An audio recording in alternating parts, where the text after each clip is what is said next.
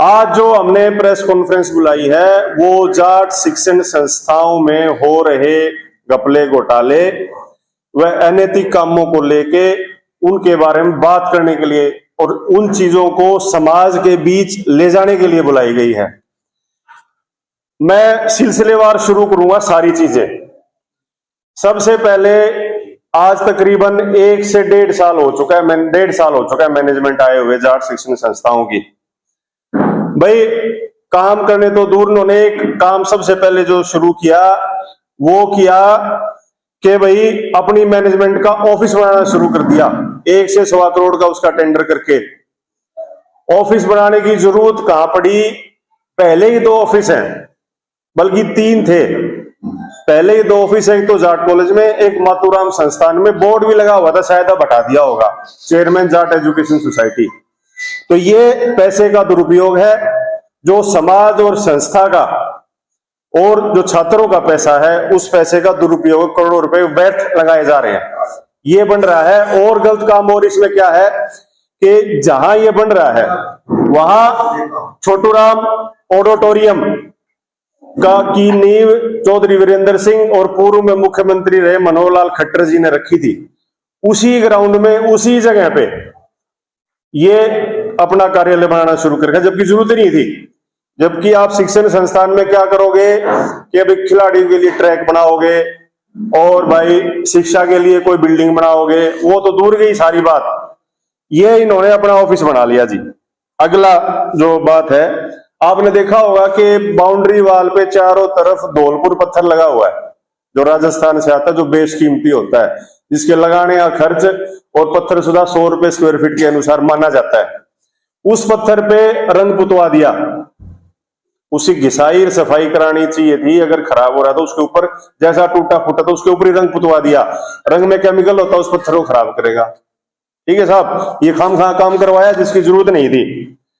अब आगे अगली बात करते हैं कि पिछले 1.5 साल में जो भी उन्होंने डायरेक्टर प्रिंसिपल्स को चार्ज दिया, क्योंकि एडिट में तो अभी पोस्ट निकली नहीं है, जो चार्ज दिया वो चार्ज जो है वरीयता छोड़ के दिया।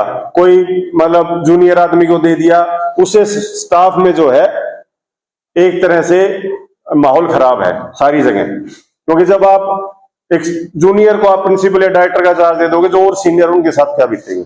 अगली बात आप करते हैं, संस्थान को एक इवेंट मैनेजमेंट का अखाड़ा बना दिया। कैसे बनाया भाई? चलो छोटूराम सेलिब्रेशन तो होता है, उसके अलावा एक फंक्शन और कर दिया भाई, एक एनुअल फंक्शन करेंगे। उस एनुअल फंक्शन में लाखों रुपया खर्च आया और उस फंक्शन में उनको कोई दिवालिया पिट गया बिल्कुल ही। उस फंक्शन में कोई भी मुख्य अतिथि नहीं गया बनके। प्रधान मैनेजमेंट के 3 आदमी खुद मुख्य अतिथि बन के चले गए, अपने ही संस्थान में अपने घर मुख्य अतिथि बन के चले गए। और उनकी जो पत्नियां हैं वो वसीयत अतिथि चलो बन के चली गई, कोई बात नहीं। भाई संस्थान में जब आप जाते हो, किसी भी समाज की संस्थान को चंदा देने की परंपरा, गौशाला में, संस्थान में जहां जाते हो परंपरा होती है। 1 पैसा चंदा नहीं दिया, लाखों रुपए उस फंक्शन पे खर्च किया। किसका किया? समाज का, संस्थान का, छात्रों का। मैं तीनों नाम भी ले रहा हूं कि कल कौन कहे जी हमने तो वो पैसा यूज किया था इसमें। ठीक है जी। अब अगली बात करते हैं कि इससे जुड़ी हुई बात। और छोटूराम सेलिब्रेशन हर साल होता है, आप सबको पता, आप सब जाते भी होंगे। पूरी संस्था में सालों से हो रहा है छोटूराम सेलिब्रेशन, 2 दिन या 3 दिन चलता है।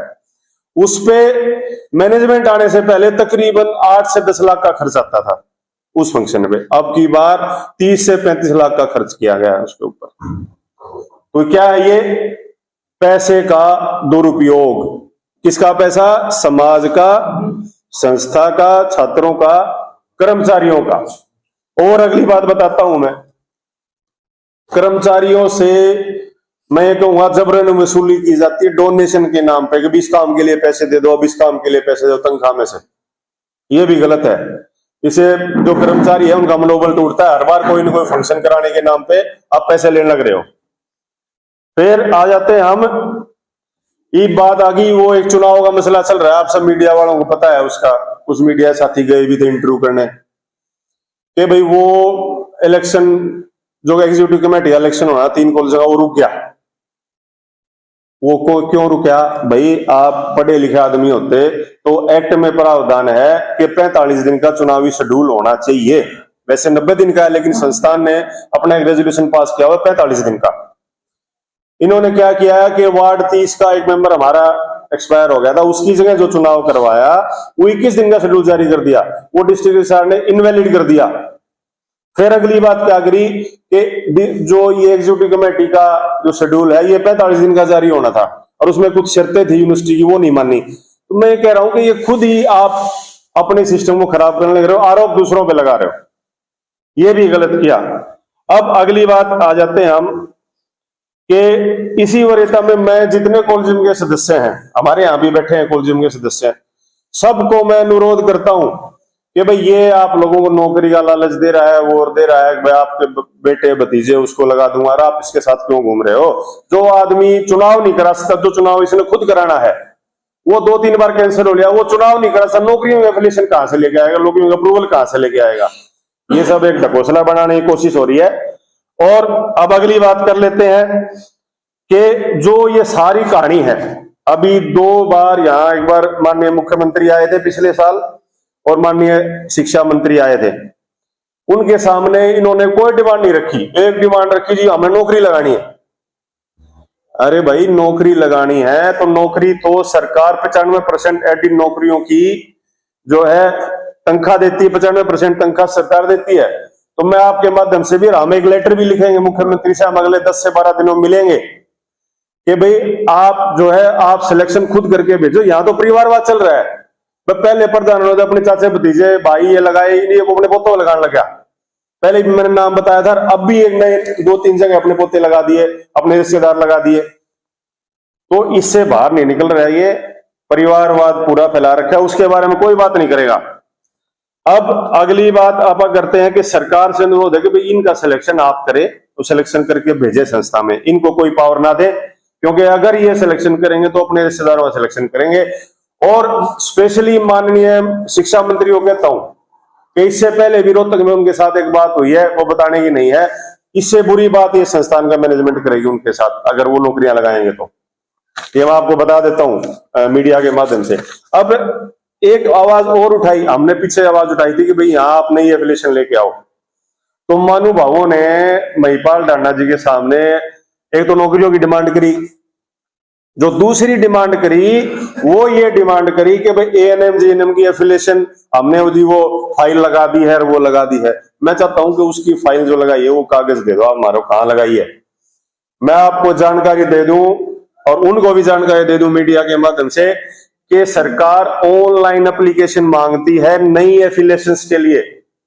और ऑनलाइन एप्लीकेशन जो है आज से 8 महीने पहले मांगी गई थी एएनएम जीएनएम के कोर्स के लिए। मुझे लगता नहीं कि इन्होंने अप्लाई किया होगा, ये ऐसे ही मतलब हवाई बातें कर रहे हैं जिनका कोई लेना देना नहीं किसी भी चीज से।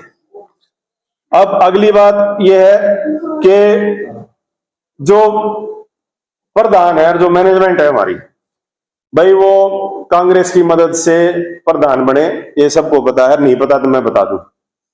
अब मैं महिपाल डांडा जी से, आदरणीय मुख्यमंत्री जी से, आपके माध्यम से, और हम मिलेंगे जब भी ये बात कहेंगे कि भाई जो आदमी कांग्रेस का ही नहीं हुआ वो थारा कितना हो जाएगा।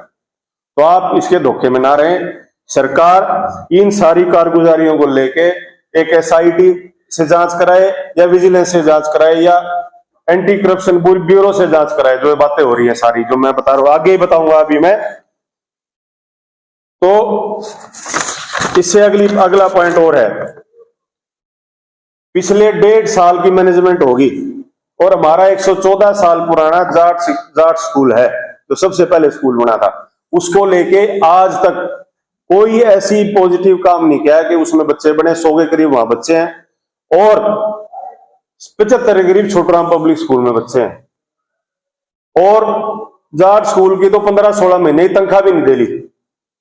तो जो आप एक तरफ आप बड़े बड़े दावे करने लग रहे हो, हम तो ये कर देंगे, हम वो कर देंगे, हम ये ले आओगे, एफिलिएशन ले आओगे, फलाना ले आओगे, और एक तरफ आप ना तो स्कूल की तनख्वाह दे पा रहे, ना स्कूल को अपग्रेड करने के लिए कोई नीति कोई पॉलिसी अभी तक आई है 1.5 साल में।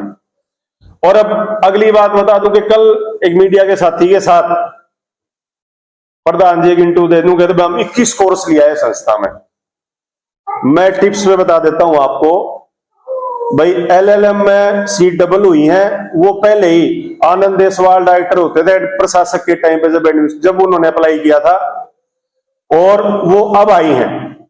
महारानी किशोरी में एक कोर्स आया है, 3 कोर्स जाट कॉलेज में आए हैं, और जो कंप्यूटर साइंस की सीट है वो बड़ी है, लेकिन वो फाइल पहले चल रही थी।